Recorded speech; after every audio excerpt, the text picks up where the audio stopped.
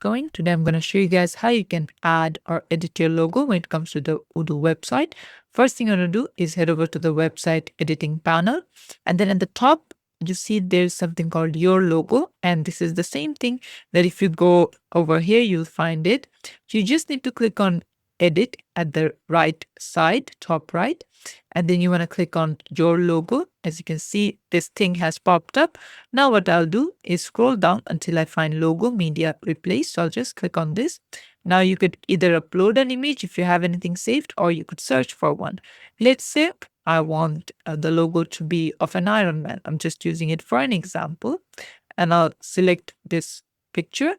So now it's gonna upload it over here, and as you can see, I can choose if I want there to be any sort of background, or I could make they're having a border, things like that. All these things. What is the height of the logo? If I want it to be a bit bigger, I could do that as well. If I want it to be smaller, all these things, header position, regular, scroll effect, how do you want it? And if I scroll down, as you can see your logo, I need to upload the same thing over here.